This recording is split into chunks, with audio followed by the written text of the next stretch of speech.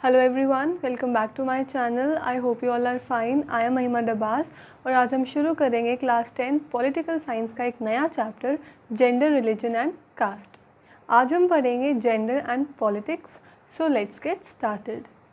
जैसे कि हम जानते हैं कि जेंडर एक बायोलॉजिकल टर्म नहीं है, ये हमारी सोसाइटी ने सोशल एक्सपेक्टेशंस की वजह से एक वर्ड जेंडर बनाया है, जिसमें एक इंसान को हम डिफ्रेंशिएट करते हैं कि वो मेल है या फीमेल।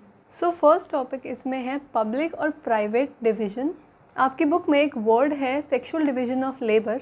ये एक ऐसा सिस्टम है जिसमें बताया जाता है कि जितने भी हाउस होल्ड वर्क होंगे, सारे घर के काम जो होंगे वो सिर्फ़ और सिर्फ फीमेल्स करेंगी, like cooking, cleaning, washing etcetera. मतलब हम सबको बचपन से ही ये चीज़ सिखाई जाती है कि जितने भी घर के काम होंगे वो लड़कियां करेंगी और बाकी जो बाहर के काम होंगे, मतलब जिनके लिए पैसे मिलते हैं, वो काम लड़के करेंगे। इसका मतलब ये नहीं है कि लड़कों को वो घर के सारे काम नहीं आते, उनको आते हैं पर वो कर नहीं सकते, क्योंकि हमारी अपब्रिंगिंग ऐसे हुई है, हमारी सोसाइटी ने हमें यही सिखाया है कि लड़के सिर्फ वही काम करेंगे जिनके लिए उनको पैसे मिलते हैं और लड़कियाँ सिर्फ और सिर्फ घर का काम करेंगी।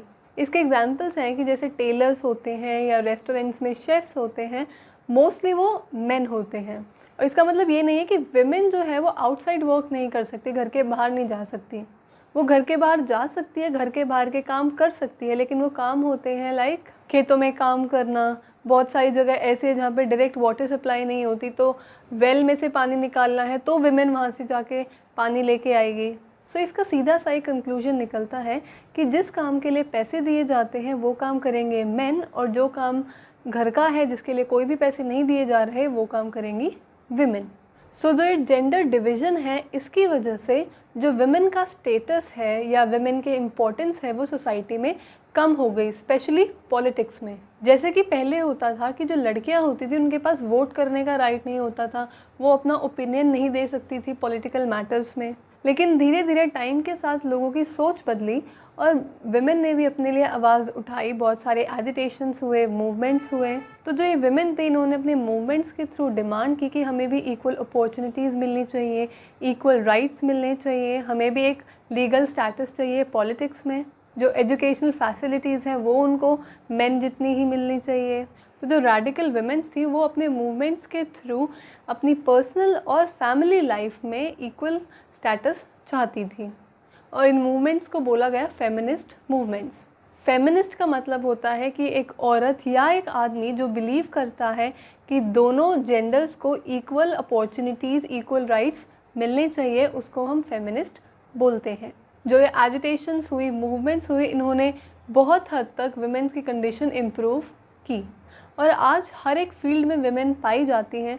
लाइक बहुत सारे विमेन साइंटिस्ट हैं, इंजीनियर्स हैं, डॉक्टर्स हैं, टीचर्स हैं, सिविल सर्विसेज में बहुत अच्छा काम कर रही हैं। मतलब उनको इक्वल तो नहीं पर एक अच्छा स्टेटस मिला है।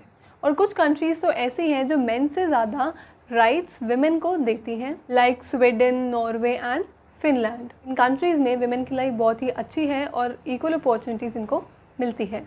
लेकिन इंडिया जैसी कंट्री में जो विमेन है वो अभी आदमियों से बहुत ही ज़्यादा पीछे हैं। बहुत सारी इम्प्रूवमेंट्स आई हैं विमेन की कंडीशन में सिंस इंडिपेंडेंस, लेकिन अब भी हमें बहुत ही एक बड़ा डिस्टेंस कवर करना है विमेन को इक्वल राइट्स और इक्वल अपॉर्चुनिटीज़ दिलाने के लिए। और हमें प्रॉब्लम इसीलिए आ रही है क्योंकि हमारी जो सोसाइटी है वो पेट्रियार्कल है। पेट्रियार्कल सोसाइटी होती है जिसमें जो फादर होता है, मतलब जो मेल है, वो हम सबको डोमिनेट करता है, वही हमारा हेड होता है और उनके पास विमेन से ज़्यादा बड़ा स्टेटस और ज़्यादा पावर होती है। और इसी वजह से जो विमेन है वो डिसएडवांटेज, डिस्क्रिमिनेशन और ऑप्रेशन फेस करती हैं। सो अब हम पढ़ेंगे कुछ ऐसे वेज जिसमें विमेंस डिस्क्रिमिनेशन और डिसएडवांटेज फेस करती है। फर्स्ट एंड फॉरमोस्ट है लिटरेसी रेट। पढ़ाई एक कंट्री की डेवलपमेंट के लिए बहुत ज़रूरी है, प्लस एक इंडिविजुअल की लाइफ के लिए भी बहुत ज़्यादा इम्पॉर्टेंट है। लेकिन हमारी कंट्री में लड़कियों की एजुकेशन को ज़्यादा इम्पोर्टेंस नहीं दी जाती, इसी वजह से जो विमेन का लिटरेसी रेट है वो मेन से बहुत ही ज़्यादा कम है। ज़्यादातर लड़कियां ऐसी हैं जो हायर स्टडीज़ के लिए स्कूल जाती ही नहीं हैं। और अगर हम स्कूल रिज़ल्ट्स को देखें तो लड़कियां बॉयज़ से इक्वल या फिर उनसे कुछ ज़्यादा अच्छा ही परफॉर्म करती है। सेकंड है जो प्रोपोर्शन है विमेन का अमंग हाईली पेड जॉब्स वो बहुत ही कम है। बहुत सारी कंपनीज, बहुत सारी फर्म्स ऐसी होती हैं जिसमें मोस्टली जो हेड होते हैं वो मेन होते हैं, क्योंकि हमारी सोसाइटी की सोच ही यही है कि जो मेन है, जो आदमी है, वही हमारी सोसाइटी, हमारे देश को चला सकते हैं। और इसीलिए जो हाईली पेड जॉब्स होती है उनमें विमेन की प्रपोर्शन कम होती है, क्योंकि सबको यही लगता है कि हम विमेन का ऑर्डर क्यों माने, हम क्यों उसको एक ऐसी पोस्ट पे बिठाएं जहाँ पे वो मेन को ऑर्डर दे। और एक एवरेज पे अगर देखा जाए तो जो विमेन है वो मेन से पूरे दिन में 1 घंटा ज़्यादा काम करती हैं, और इसके बावजूद उनको पैसे कम मिलते हैं और उनके काम की वैल्यू कोई नहीं करता। थर्ड है, एक इक्वल रेम्यूनरेशन एक्ट आया था 1976 में, जिसमें था कि इक्वल वर्क के लिए इक्वल वेजेस मतलब इक्वल सैलरी देनी पड़ेगी। लेकिन ऑलमोस्ट हर एरिया में आज भी इक्वल वर्क के लिए इक्वल पैसे नहीं दिए जाते मेल और फीमेल को। और जबकि जो फीमेल्स हैं वो मेन के इक्वल काम करती हैं, फिर भी उनको पैसे नहीं दिए जाते। सो अब देखो हमारी सोसाइटी कैसी है। 1976 में इक्वल रेम्यूनरेशन एक्ट आया। हमारे पॉलिटिशियन ने उस समय ये चीज़ समझ ली थी कि जेंडर डिवीज़न अच्छा नहीं है और हमें सबको इक्वल राइट्स देने चाहिए। लेकिन इतने सालों बाद भी हमारी सोसाइटी इस चीज़ को एक्सेप्ट नहीं कर पाई।